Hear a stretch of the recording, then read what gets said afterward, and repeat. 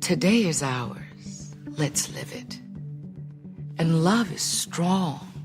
Let's give it. A song can help. Let's sing it. And peace is dear. Let's bring it. The past is gone. Don't rue it. Our work is here. Let's do it. The world is wrong. Let's right it. The battle is hard. Let's fight it.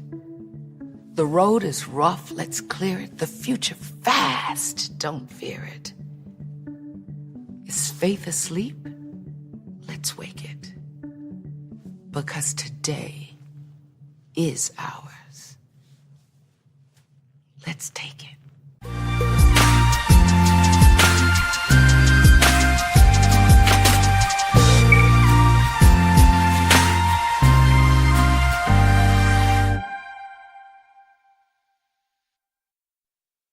Hey guys, it's your girl Ariel. This is episode 16 of Say It With Your Breast. We're going to jump right into this episode because I am just really tired of trying to edit this episode. To be honest with you, I am just excited for you to hear from our guest herself. I will say that I'm really appreciative of you taking a listen. For those of you who have caught up on all the episodes, you're the bomb. I love you. I really appreciate it. I'm sure all of the women who have been featured in the podcast really do appreciate it. My energy is just a little different right now because it's been one hell of a ride trying to get this episode out to you guys. Having to buy new technology that I had no intention or plan on doing. And it's just a transition time for me in general. You know, I've been deciding what's important and prioritizing things. And I've realized that I really love being an entrepreneur. I love the media. I love music. I love my podcasts. I love entertainment, news. I love art in general. And I've been feeling this uneasiness within my spirit in my current job. Not that I don't like the people there. That's totally not true at all. I really like the place I'm in, but I don't spiritually like the place I'm in. So I'm excited to be changing career paths, focusing on my music, focusing on this podcast, and helping people in some real estate transactions. So I'm a new licensed realtor in the state of Louisiana, and that's really an exciting move for me. I'm really, really, really looking forward to that path. So I'm going to keep the podcast going. I now have a new working computer. I have had really no technical difficulties like this before with all of the other 15 episodes. And in this episode, I just was not able to salvage the really clear audio that I had. I tried everything. And once I finally was able to access the audio files that I wanted to use, those files were not in order. And the dates on the files, somehow when they got transferred, they were all the same. So when you usually click on a button that says, you know, what date was this file modified or created, it'll put it in order. It won't do that for me. So I have hundreds of audio clips that I have to hand sequence, which I didn't mind doing. I actually did it already, but it won't let me open that file on the new computer. And it's just a hot mess. So I'm not even going to stress about that. I'm just very grateful that I had a backup, but the backup is just not as clear as the mic that I use. So, you know, we're going to rock it out, going to do the best that I can. And like I said, I just really appreciate you listening. Moving forward, I pray to God I do not have to purchase a new computer or go through these technical difficulties again. But I just thank you for listening, and I am very excited to introduce Dannielle. She's an amazing financial advisor, amazing author, public speaker, motivational speaker, and she has a lot of amazing information to share with you guys. So you can hear her audio. It's not like I said, it's not my mic'd audio, it's the phone recording. However, it's still valuable information, and I still really appreciate you just for being present. Okay, so moving forward, hopefully we won't have these problems. But thanks for listening to Say It With Your Breast. Make sure you follow, share, and catch up on other episodes if you haven't already. All right, let's do this. All right, so we are up and rolling. This is episode 16 of our podcast, Say It With Your Breast. And I'm really, really excited that we could start our new year not only with health, but with finance. And I have the Bankable Diva here to answer a bunch of my finance questions, and hopefully we'll answer some of yours. So hi, Dannielle, how are you? Hi, I'm doing really, really well. Good. And can you introduce yourself and maybe just where Bankable Diva got started? Oh, awesome. Okay, so everyone does not know me by my government name, but my name is Dannielle Lewis, also known as the Bankable Diva on social media and in the communities. And I own Bankable Diva ENT, which is a bankable consulting and coaching firm. And I also run Budgeting to Banking financial literacy firm. And Bankable Diva ENT kind of came from Budgeting to Banking financial literacy firm. I had a lot of women that would ask me questions about how to start businesses, but they didn't have the finances or the capital to do so.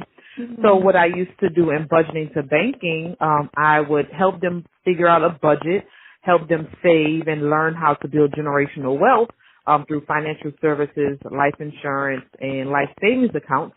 And then I would help them take control of that and learn how to build businesses. So it was mainly because of what I went through, growing, like kind of getting myself together. I was married before this time, and during that time, I kind of let him take control of the finances. And when he would do that, I was kind of in the dark.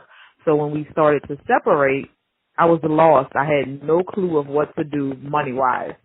So I went back to school. I learned all the things that I needed to learn there with finance, economics, even psychology, because I had a horrible mindset towards money. Mm-hmm. And I compiled a system or a program that worked for me, and then I went ahead and just taught it to other women, and it worked for them. So I was like, I might as well go ahead and start a business doing this, because it seems like there are so many women that were going through the same thing I was going through. That's amazing. Like, really amazing that it started from you not only going through your situation, but really wanting to empower yourself, because I think that's kind of the harder part, is just getting started. You know, like sometimes it just seems like finance, money, budget, intimidating. How right. Even begin, you know? So for you, where did you start? Was it just, was it increasing your hours and increasing your income, or like taking what you had and giving it up? Like, what would you say was like your number one piece of advice just at the very beginning getting started? Well, the first thing I will always tell people is they have to change their mindset. And that's one of the first things that I teach, mindset reprogramming. Because I was one of those who felt like I needed to work more hours to actually get more money, when in reality it was completely the opposite. Like, I would work a lot of hours, and then Uncle Sam would come in and take what I worked. So it was not helping me by being there 60 hours a week. So what I did learn, and I went through a system, it was called a finance system, and it was teaching me how to actually get in there and not have to do as much. Or they would teach me the deductions that people with businesses had that I didn't have the chance to use on my tax returns or for my tax purposes. Yeah. So my mindset towards money and feeling like that I had to work longer hours really changed, and that's where everything kind of changed for me, because I stopped being in the employee mindset and really started focusing on becoming a business owner. And I think it's interesting that you say that. I'm always looking for new things to read, and I don't know. It depends. I go between like self-help and sci-fi. I don't know what that's about.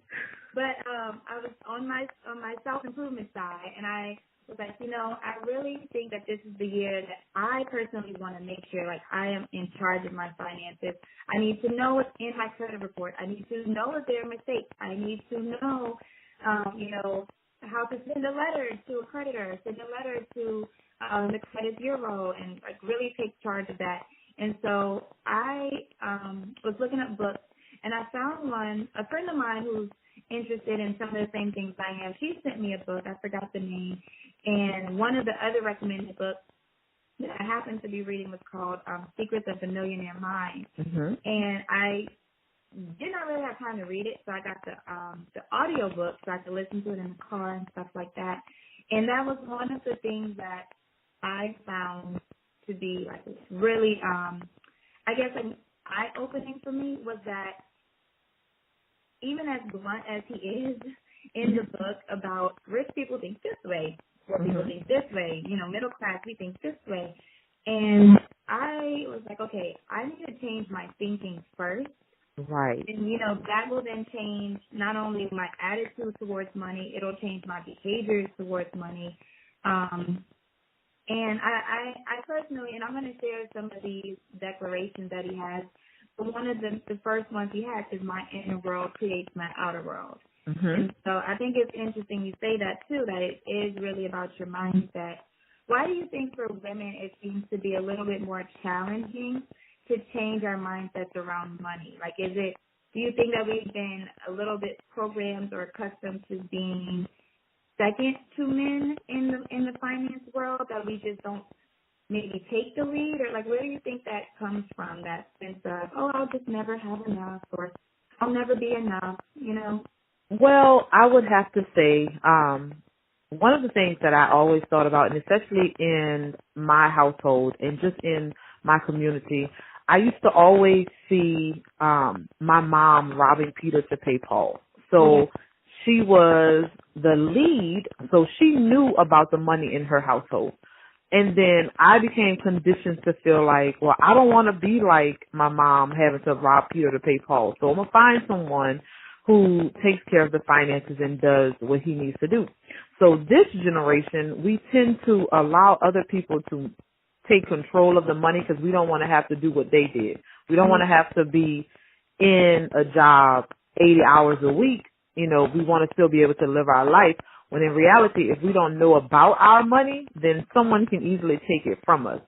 So that's my thing. I felt like once I figured out that money was an energy, that is not actually just about the currency, because as we know, inflation-wise, money, the paper changes. It's just an energy between two people. That's why they used to use bartering. It's just an energy. So when we change our mindset to really focus on the energy of money, then it always comes to us. And if your energy towards money is negative and you're always thinking you're lacking or you're never going to have surplus, then guess what? That money is never going to flow to you. But when you start believing that money comes and wealth surrounds you, because there's wealth all around us. We can go outside and we can see U-Haul. That's someone who's wealthy because they have multi-million-dollar companies just in our backyard. It's just that we have to feel that money is a good energy. And I also want to focus on that in the African-American community, in our religious background, we always were taught that money was the root of all evil. Right. That's so not the truth. It's what you do with that money that makes you evil. Because me personally, I enjoy having money because I can do the things that I need to do for my family. So it's not me taking my family on trips is not evil. Me taking my family here and there is not evil. It's just what you do sometimes to get that money is evil. So that's one of the other things that African Americans, especially women like ourselves, that's what we were trained and made to think, that money's evil. You don't need to have that. So now that we know that it's not evil, it's just allowing us to be able to live the life that we want to. The energy that we receive in between those transactions is totally different. I love that, and it's so true in terms of the energy. And I like how you said it is an energy. When you think about it, it's the intention behind the giving and the receiving, whether it's money, love, anything else. It's the intention behind it. So just like it can be a negative. If we're negative about it, then that makes sense that that's what we're going to get. We get exactly what we're thinking. And you've been an entrepreneur, I read on your website, and please correct me if I'm wrong, for 13 years? Yes. Telling my age. No, but yes. No, not at all. That's kudos to you. That is something to be proud of. Trust me, I'm like a baby getting started, so I'm hoping that I can reach that myself. Yeah. But what's been surprisingly hard and what's been surprisingly easier being a female entrepreneur and a Black female entrepreneur? Okay. So one of the things that's extremely hard, because I always like to start with the bad stuff, is having family and work-life balance. Because my mom, I'm an alpha female. My mom is a beta female. So even though she had the alpha female traits because she had to take care of the household, she was a beta female. But I'm an alpha female, which means I like to be in charge of everything. I like to take control and stuff like that. So it's hard to have a work-life balance with kids and a husband and making sure that your business doesn't fall, because that's like your baby too. So trying to make sure that everything has a balance to it is the hardest thing for me. Without my kids feeling like I'm never there or, my business falling and failing. And I sometimes have to tell my kids, Mom may have to miss this event because I have to be out of town to do this because you want to make sure you have food on the table and you want to do this. So they are understanding. But, now it's like I was brought up to believe that I had to always be at the school with my kids and I always had to be at every event. But now I'm starting to get into the understanding that my children understand better than I think. So it's a lot of, making sure that my work-life balance is, in full circle, because as African-American women, we know for a fact we are always nurturers, and that's how it's always been. We take care of home. We take care of not just our home, our kids, our husband, but we sometimes have other people's kids at our houses and so on and so forth. So just being an entrepreneur, you can't do that. You can't always have 12 kids at your house and you're babysitting while Sally and John are, parlaying. So that's one of the things. But one of the easiest things I have to say is a lot of people feel like African American women do not collaborate. Mm-hmm. I have found that to be absolutely untrue. Now, I don't know if, it's because they feel like I'm going somewhere that they're easier to collaborate with me. Yeah. But, it's not hard for me to find African American women to collaborate with me. I have so many women. I'm doing so many different brunches, a brunch and discuss where I'm going to have business women talking to women that are trying to get into the entrepreneurship field. And I have about 6 cities, and I have at least 5 women in each city that want to collaborate with me with their brand to actually put on these events in their city. So it's awesome, and I felt like that was the easiest thing for me, is just to reach out to African American women that are in business, because they know the struggles that I'm going through. I know the struggles that they're going through, and we're able to easily collaborate in order to make something happen for all of us around. So that's one of the things I felt like I had to bust that myth right open, because we collaborate so easily. Yeah.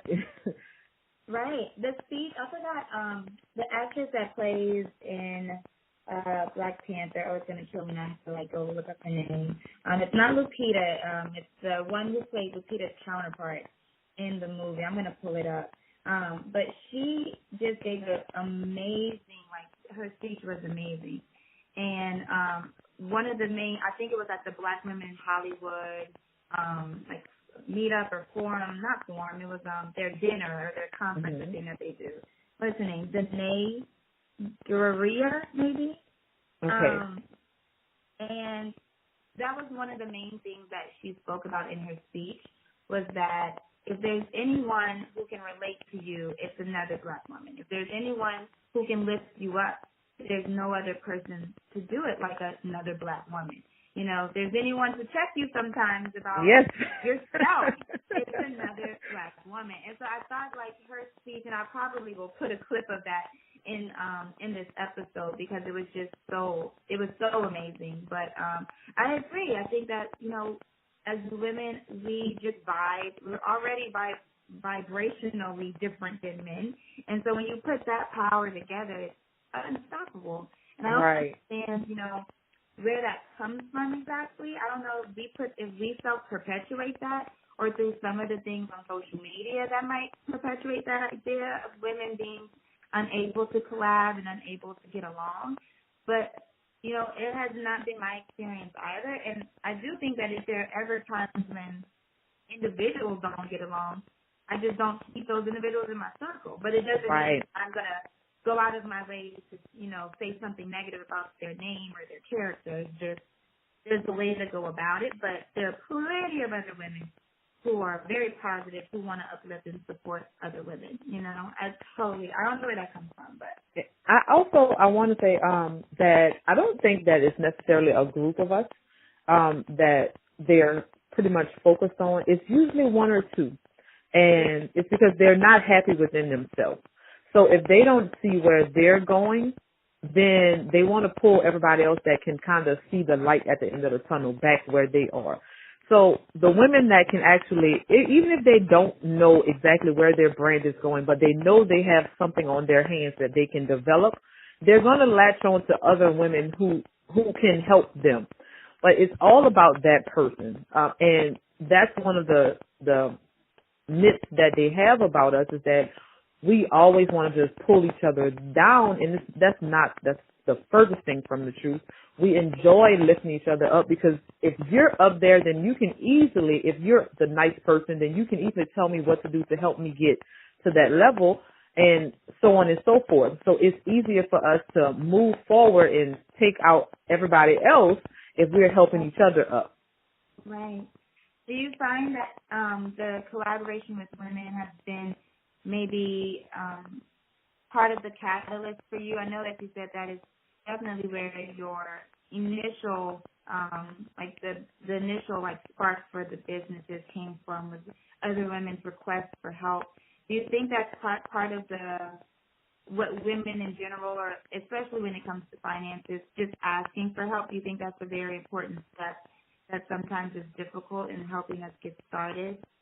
Yes, I think because we are those individuals that sometimes we don't want everybody to know our business, that we're not easily helped, because everyone else feels like we have it together, that we don't want someone to help us. And I can speaking from an example, when I first started, and in my book, I clearly state this out, like, I started and my first business failed tremendously, and I laugh about it to this day because I see where I went wrong. I didn't ask for help. I was one of those who was like, you know what, I'm going to get this done on my own. And I never reached out to anyone, and I kept seeing myself dig a deeper and deeper hole, but I was too proud to ask anyone for help. And now, being the person I am, I have about 3 businesses that I'm running. In each business, I have a mentor. And each one of them, I have 2 African-American women mentors, and then I have an African-American male mentor for my financial side, where I teach life savings accounts and stuff like that. So I have him for that. But the other businesses, I have women, and I'm not afraid to be vulnerable, because I know if I don't know it, and if they don't know it, then their mentors know it.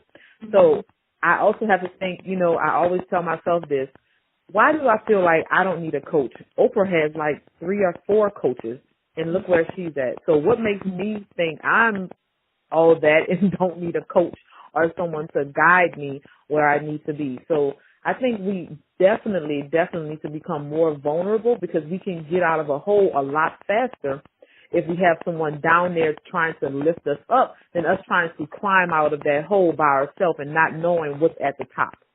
Right. Have some shoulders to climb on. Right. To get started. For young women, in terms of finances, how do you recommend we help each other? I would have to say definitely have a meetup.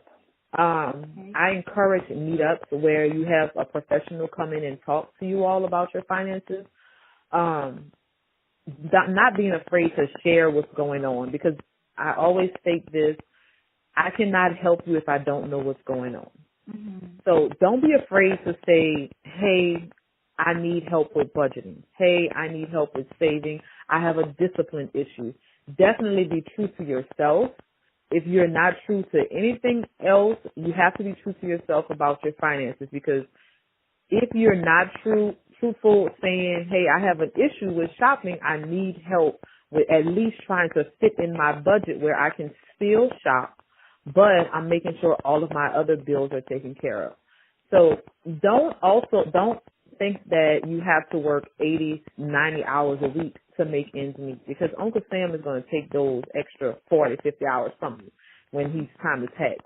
So one of the main things, if you're not focused on just getting a true business, at least have a side hustle that you can put into your budget, your income, to increase your income. And then you can turn that side hustle into a business, because side hustling is now the way to financial independence. I don't know if you all know that, but side hustling is the way to financial independence, and we've been doing it for so long, we've just been doing it wrong, because we're selling to people who have the same issues we have, and they're not able to continuously buy from us. So we need to make sure that we're branding ourselves correctly. We need to make sure that we're marketing to the right individuals. But our side hustle is what's going to help us become financially independent, because you can pay off your debt with the side hustle money. You can actually pay off your bills completely for 6 months with the side hustle money. You can do so much more with your side hustle money than just the money that you're receiving from your employee, because they dictate how much money you make. That's the thing. They dictate how much money you can make, whereas your side hustle is all about you and the hustle that you have. Right. And for those who are looking for, I know me personally, I am that kid, I was that child that was always into something. I always had a project. I always was doing something. And by the time I was, and once I got to the age where I could have a little job, I was working multiple jobs, because I just loved having my own independence, and money to do what I wanted to do it. Then once I got older, I had to settle into, a career, quote unquote, and then the side hustles have to become a little bit more unique and tailored to things that I know I'm actually going to keep up, things I'm really passionate about. For those who are really trying to find what they're passionate about, to where they'll be consistent and they really will stick with, whether it's a side hustle or whether it's their current job, what do you recommend for them to really find their passion? Because I personally have friends who have told me, I would go back to school, but I really don't know what I would go to school for, or I know I'm not happy doing what I'm doing, but I don't really know, I don't think I'm into anything else, but they're just unhappy doing what they're doing now. Well, I can definitely say your passion can definitely become a profit if you do it correctly. But in order for you to find your passion, I recommend doing what's called a life map. And what you do is you sit down and you draw a circle, and you draw different, you ever seen like the little, not pie maps, but how can I say it? It's a not geographical, geometry. Venn diagrams. Yes, that's them. Okay, so you would draw a Venn diagram, and you have the little circle in the middle, and that's the circle that's going to tell you what you're going to make money with. But on the outside of them, you draw the lines to the other circles, and you put everything in those circles. You can have 30 circles, but you put everything in those circles that you're passionate about or that you feel like you can do. And then you find at least 5 of those that you can mesh together that can make you money. So say, for instance, a hairstylist. She may love braiding. She may love doing makeup. She may love styling wigs. But she would take all of that together and say she doesn't know that she's going to be a hairstylist, right? She just knows that she loves braiding people's hair. She loves doing makeup. She loves doing styling wigs. She loves just making people feel beautiful, stuff like that. And then you put all of those together and you know what? That's her passion. That's what she wants to be, a hairstylist. But a lot of people don't know what that is because they haven't really found out who they are on the inside. Yeah. So you have to figure out who you are. You have to know who you are on the inside before you can sit there and try and figure out what you're going to do. Because if you're going to get bored with it, then that's not something that you are truly passionate about. What you are truly passionate about, you will never get bored with it. And if you do start to get bored with it, you will be able to tweak it in some kind of way that will allow you to be able to go back to it to continue to make money. We have no idea. They have so many people. I just was talking to a young lady just the other day, and she was like, I need to find a business. I need to sit here and figure out what I want to do. So I asked her, I was like, what do you do when you're at home? What do some people would pay you to do? And she was like, well, this lady asked me to come and organize her kid's closet. And I was like, or how detailed are you? When she said that, I was like, well, how detailed are you? How do you do this? She said, if you look at my closet, I have boxes for everything. I have everything laid out. I was like, so in business, we have so many people. I'm one of those people. I cannot stay organized for nothing in the world.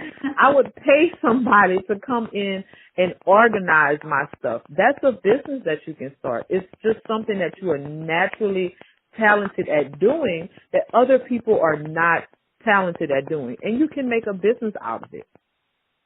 That's a good point. And that's really good advice. And I'm going to make sure my friends who I'm talking about listen to this episode.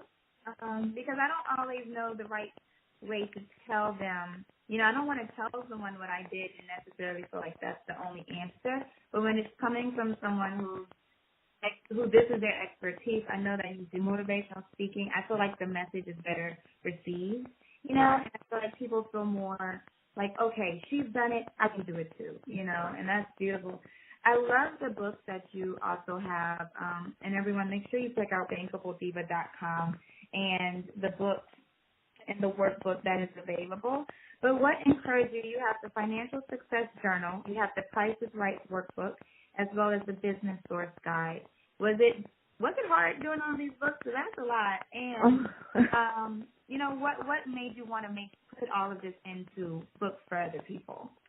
Well, because I do coaching and consulting on the side, and a lot of people sometimes feel like it's expensive. Well, the information that I do have and that I would teach people, because some people you have to tell them what to do in order for them to get it done. But you have some people who are hands-on and they can figure it out themselves. So I felt like I needed to put all of the information that I would generally teach inside of the book. And I feel like the trio, because that's what I call it, the business trio, it helps you from start to finish. Now, I had a lot of people, when I said about budgeting to banking, they would come in, they would talk to me about their budgeting. They had mindset issues. They felt like they weren't worthy of money. That's what the Financial Success Journal does. It has a 30-day layout, and you figure out your budget. Not only that, but you read books, and you write down your aha moments from those books. I have pages where you write down your affirmations that you're going to say to yourself 2 times each day, and just kind of speak wealth into your life, surplus, and then you write down your victory note. What did you do? And it could be something as small as I went into Walmart and I didn't buy the $10 item that I really kept looking at, but I felt so good about myself because now I can put those $10 into my savings account. It's just small things that you write in there. That's your victory note, and it shows you that if I did this one small thing, I can do the next thing. And then that one book leads to the business source, which is the guide for the new businesswoman. And if you're able to save your money and you know that you have a passion and that you want to turn it into a business, well, the business source teaches you how to do that. It takes you from idea up until branding. So you walk through the steps. I teach you about registering your business, and it's not just for Louisiana. I have all the states that you can register your business through. It teaches you about insurance for your business, how to brand yourself, how to research your industry, your competition. It teaches you all of that in that one book. And then after you figured out starting your business, now the next thing is that a lot of women business owners have is that we don't price ourselves correctly. So we're wondering why, and this is a statistic that I always love to start with, there are 539,000 businesses started each month. And I'm not saying 6 months, a year, but it's each month. And out of those, 219,000 are started by women. So that's kudos because we start a lot of businesses. But this is where it shocks me because out of those 219,000 women that are starting businesses that are being started, 80% of those are failing in 18 months. 80%. 8 out of 10 of those businesses are being shut down in 18 months. They don't even make it to the 2-year mark. And it's not that they're not creative enough. It's not that they don't have the talent. It's not that they don't research it. One of the main reasons is that we don't price ourselves correctly. We price ourselves out of business. Honestly, we do. And because we don't feel like we're worthy, we don't feel like someone will buy it from us. You have no idea. People buy those dresses from China, and they come back and they sell them to us for $60 and $70 when you can buy from China for $5. Right. So you have to know your market, and that's all it starts with. You have to know who you're selling to. So you have to know the pricing, and that's what the pricing, the Price is Right workbook does. It teaches you the 2 different methods that you can price yourself. You can either use the cost value method, where it's based on you being extremely unique, or you can use the expense method, where it teaches you how to break down everything that you've purchased and how to price yourself based on that, so you're making a profit and not just making what you spent on it. So those 3 books go hand in hand, and I know some people like to buy them separately, but one, you get them cheaper when you buy them all together. Yes. But you also learn how to go from I'm just learning how to budget myself, then I'm starting a business, and I'm going to price myself. And I'm getting ready to write another one. The branding cookbook, where I am going to talk to, different women about how they learn how to brand, but I'm going to give you the ingredients on a successful brand.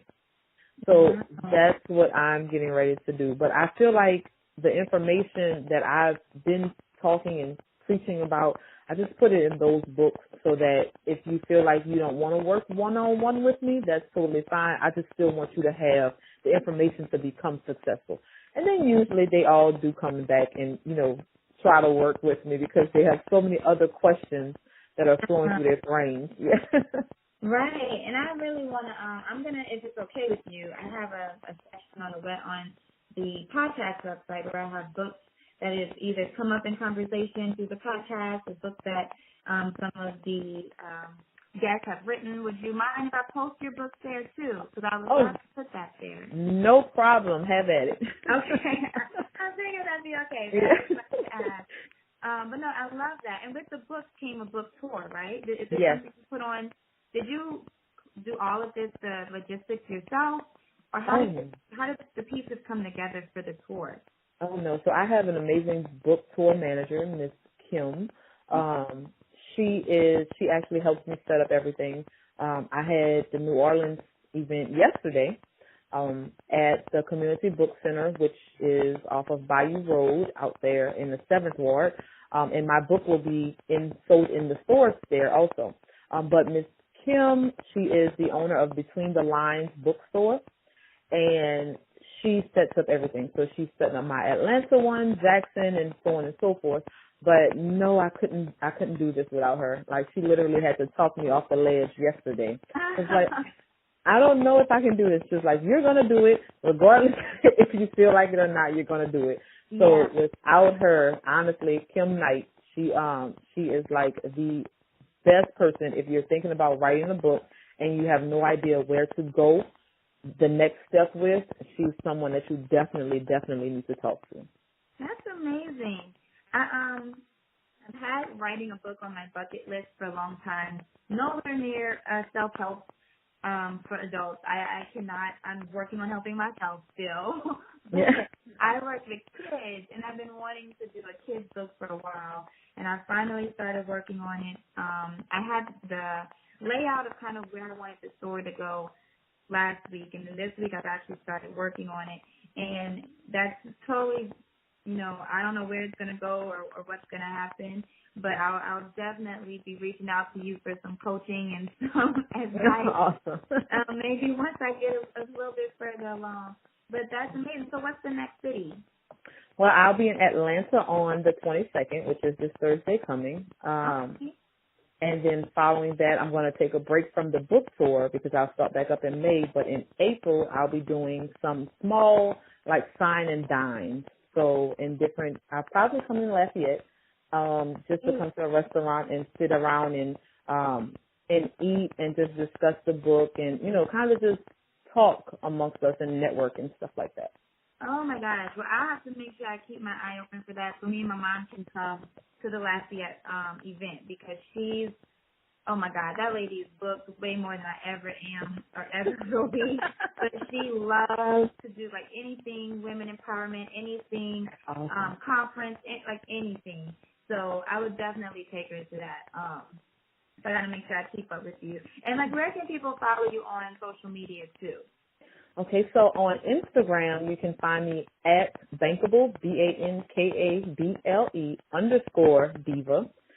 And on Facebook is at Bankable Divas with an S. And then on Twitter is at Bankable Diva, no S. No S. Okay, so I got that, and I will post that everywhere, too. Yeah. So before you go, because everything, I love this conversation that we're having, and I can't wait for everyone to hear this. But I want to get a little bit of your relationship/financial advice as well. Just not necessarily just only based on your experience yourself, but also based on some of, the stories that I'm sure you've heard from other young women that you're coaching. What do you think is a healthy balance for young women in relationships when it comes to finances? A lot of times it's, should we have an account for both of us? Should we have just an account for our joint, things that we're working on? Should we just keep things separate? What do you kind of recommend? Well, I definitely recommend you always having your own account. However, each one of you all should have your own separate account, and then you have one account that you pay bills out of together. So the bill money would go into the joint account, and then you all have your own separate account. And I'm not saying that relationships should never last, but how sometimes relationships do tend to break up. And during that time, you don't want to have to fight over the money if it's in one account, and then, he may have control over the account and you may not be, or you may have control over the account, and then you're going through all the legal stuff and all of that. So my suggestion, and from personal experience and from talking to other women, is that it's always best to have your account, he has his account, and then you have one account together that you pay the bills out of. And that way, when you are budgeting, you're budgeting based on that account, but you all set an amount that you put in that account together. Regardless if he pays 80% of the bills and you only pay 20, you all set a set amount that each person puts in that account and help grow that account. Because when it's time for you to say purchase a home together or, a larger ticketed item, that account is what's going to be the focus point. So make sure that you are adding to that account always. And don't be stingy, ladies, because I know how we like to be stingy. And we will give him, 10% of, like, we're paying tithes, and we put 10% in that account. Right. The church is only asking for 10, I give you. Right. So don't be stingy. Put, funds in there, because not only that, but when you're adding money in there, you also have a say-so. So he doesn't necessarily get to say everything that happens with the money. Yes. So you put in there also, because now y'all are, you 50-50. Or I would like to say 100-100, because we want to make sure that everybody is doing what they're supposed to. So definitely do that. Have that account, because when it's time to purchase that home or that next big ticketed item, you're going to be focused on that one account right there. Makes sense. Thank you for that. So before you go, I do want to know from you, what are some of the mantras that you have for yourself? Like, what keeps you going? What keeps you motivated when it gets hard or exhausting? What do you say to yourself? Well, when I first started out, I knew nothing about affirmation. But I just knew that I couldn't keep a picture of my account when I first left my ex-husband. And I had 3 accounts.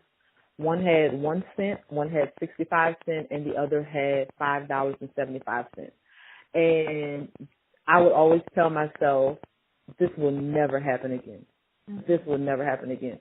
So that was one of the things that I always focused on because I didn't really know about affirmations. And being in a Baptist church, a small Southern Baptist church at that, I was always taught, something happens to you because you've done wrong. So once I changed my mindset and started speaking life over my situation, things started to happen and turn around for me. So now what I do is I speak life daily, or I listen to Les Brown and allow him to just kind of, get into my head that I'm worthy, that I deserve the life that I'm living, that it will continue to come to me as long as I put out the good energy. So I speak wealth over everything. I pray daily over my business, and it's been increasing. So that's one of the things. If you speak positivity over your life and over your business, things will start to change. And even if it doesn't change right there at the click of the dime or, right in front of your eyes, you begin to change on the inside. So you're not just looking at your circumstances as, this is bad because I'm doing horrible things. No, when you put good out there, good is going to automatically come to you. It may not come right when you want it, but it's going to come to you. So now my main focus, my daughter, we were sitting down, we were talking, my youngest daughter, because I have 3 kids, 13, 10, and 7. And my youngest daughter, we were talking about, what they wanted to be when they grow up. And my son was saying he wanted to be a rocket scientist and engineer. And my oldest daughter was like, she wants to be a lawyer. And my youngest daughter was telling me, I want to run your business. I was like, okay. So you want to be a businesswoman? She said, no, Mama, I want to run your business. I was like, okay, so now Mama has to make sure that you have a business to run when you get older. So that's really my motivation now when I feel like things are not going the way that I want them to go. I take a step back, look at it, and figure it out because I have to have a business here for her to run. She's already put it in the atmosphere. She has already told me what she wanted to do. I can't let her down. So that's my motivation. That's what keeps me moving. That's a good, I should, to piggyback off of that, for young moms, what do you tell them in terms of getting them their kids financially set up? I know JB just put out 444, and he talks about financial literacy for Blue, and that had a lot of people buzzing and talking like, "Whoa, he's right. We don't think in those terms usually in the Black community about setting our kids up." What would you say is like one of the most important things that parents can do? I know kids still have to be ready. Kids still have to be responsible in their own right. But what do you think parents can do? Because I know I want to make sure that I'm doing what I can. I don't have kids yet, but I want to make sure that whatever I do, if they're ready, they're set up. Because I see that in the white community. I see that in sometimes even like the Indian community where their kids, they go to school, even if they don't go to school, they have something set up and they're ready to go, Okay, so one of the things I can definitely talk to you about is life savings accounts. If you're in Louisiana, I can definitely help you with that. But what it's called, I like to talk about the $1 million baby. And what the $1 million baby is when they get to be 65, they will have $1 million at least in an account saved up for them. And how they do that is through a life savings account. You would put in maybe $100, and we talk about index. Now, it's because I can get real deep about it, but we have. You have to read the book, so don't talk too much.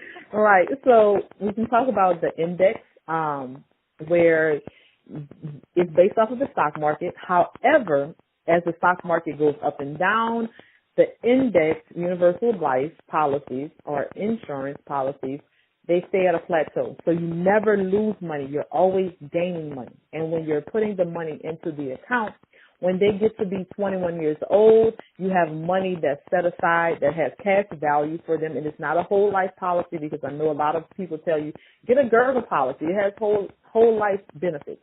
This policy is totally different.